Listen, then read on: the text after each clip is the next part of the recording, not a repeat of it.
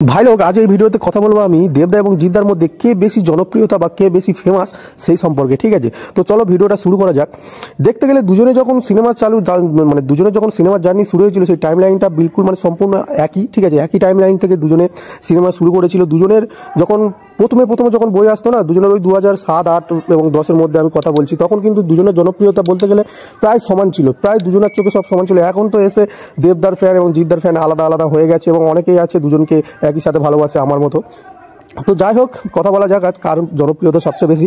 আমি যে কথাগুলো বলবো অনেকটাই আমাদের ওয়েস্ট বেঙ্গলের মধ্যেই সীমাবদ্ধ কথাগুলো। ঠিক আছে, তো প্রথমে আসা যাক দেবদাকে নিয়ে। দেবদা প্রথমে যখন 2008-10-এর দিকে যখন বইগুলো আসতো তখন প্রায় সবাই একসঙ্গেই ভালোবাসতো দেবদাকে, কিন্তু তারপরে তিনি পলিটিক্সে চলে যায় এবং তখন তার জনপ্রিয়তা একটু অন্য লেভেলে চলে যায় এবং অনেকে মানে ওনার পলিটিক্সের জন্য অনেকে ঘেন্না করতে থাকে। তো সেখান থেকেই ওনার মানে সেপারেট হয় আর কি ফ্যান্সগুলো আর কি সেপারেট হয়, কারণ ওনার পলিটিক্সে আসা অনেকেই পছন্দ করেনি।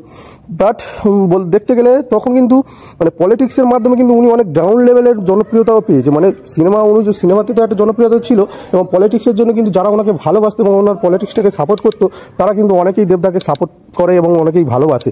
ঠিক আছে, সেদিক থেকে জিদ্দা দেখতে গেলে জিদ্দা কিন্তু ওই মেন স্ট্রিমের বই কিন্তু প্রথমে যেমন করতো এখনও তেমন করে। ঠিক আছে, ওনার জনপ্রিয়তা আছে কিন্তু বলবো না যে খুব কমে গেছে, কিন্তু মানে গ্রাউন্ড লেভেলে জিদ্দাকে মানে আগে যখন মানে আগের বইগুলোতে যেমন মিডিল এজ লোকগুলো অনেক ফ্যান ছিল, ঠিক আছে, অনেক ছিল মানে ফ্যান ছিল, অনেক দর্শক ছিল, সেগুলো আস্তে আস্তে আমার মনে হয় কমে গেছে। কারণ ওনার যে সাময়িক যে বইগুলো আছে, বুমেরাং বলো বা যে কোনো যে হাসি মজার যে বইগুলো উনি আসছে, ঠিক আছে, ওইগুলো আমার মনে হয় না যে অনেক মিডিল এজ লোক বা বয়স্ক লোকরা দেখে। ঠিক আছে, জেনজিসদের কথা বলতে গেলে মানে আমাদের বয়সের ছেলেরা তারা তো দেখেই, কিন্তু দেবদার বইগুলো কি বলতো মানে প্রায় সব এজের মানুষগুলো দেখে এবং উনি যখন ফ্যামিলি ড্রামাতে শিফট হয়েছে না, তখনও উনি ওই দর্শকগুলো যে মিডিল এজের লোকগুলো ছিল তারাও কিন্তু তাদেরকে কিন্তু ধরে রেখেছে। কিন্তু জিদ্দার ক্ষেত্রে আমি বলবো যে ওই সব দর্শকগুলো হয়তো একটু কমে গেছে। ঠিক আছে, জিদ্দা কিন্তু ওভারঅল ইন্ডিয়াতে অনেকটাই ফেমাস, কিন্তু দেবদা তার কোনো তুলনায় দেবদা কিন্তু অনেকটাই কম। ঠিক আছে, এবং জিদ্দা এবং দেবদার কম্পিটিশনের টাইম লাইনের কম্পিটিশনে দেখতে গেলে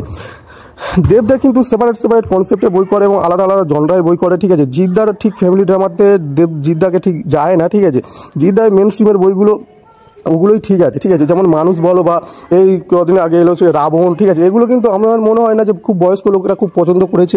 ঠিক আছে, এবং কি জিদ এবং দেবদার মধ্যে যে মানে কম্পিটিশানে করতে গেলে ঠিক আছে দুজনের মানে জেনজিসদের চোখে কিন্তু সমান দুজনে। ঠিক আছে, সমান দুজনে মানে দুজনের একই মানে জনপ্রিয়তা আছে, কিন্তু বয়স্কদের মধ্যে দেখতে গেলে কিন্তু দেবদা কিন্তু একটু বেশি জনপ্রিয়তা লাভ করে আছে, যেটা আমার পার্সোনালি মনে হয়। কিন্তু সেই তুলনায় জিদ্দা কিন্তু একটু পিছিয়ে আছে। তো তোমাদের কার কি মনে হয় বন্ধুরা আমাকে কমেন্ট করে জানিয়ে। ছোট্ট একটা ভিডিও ছিল।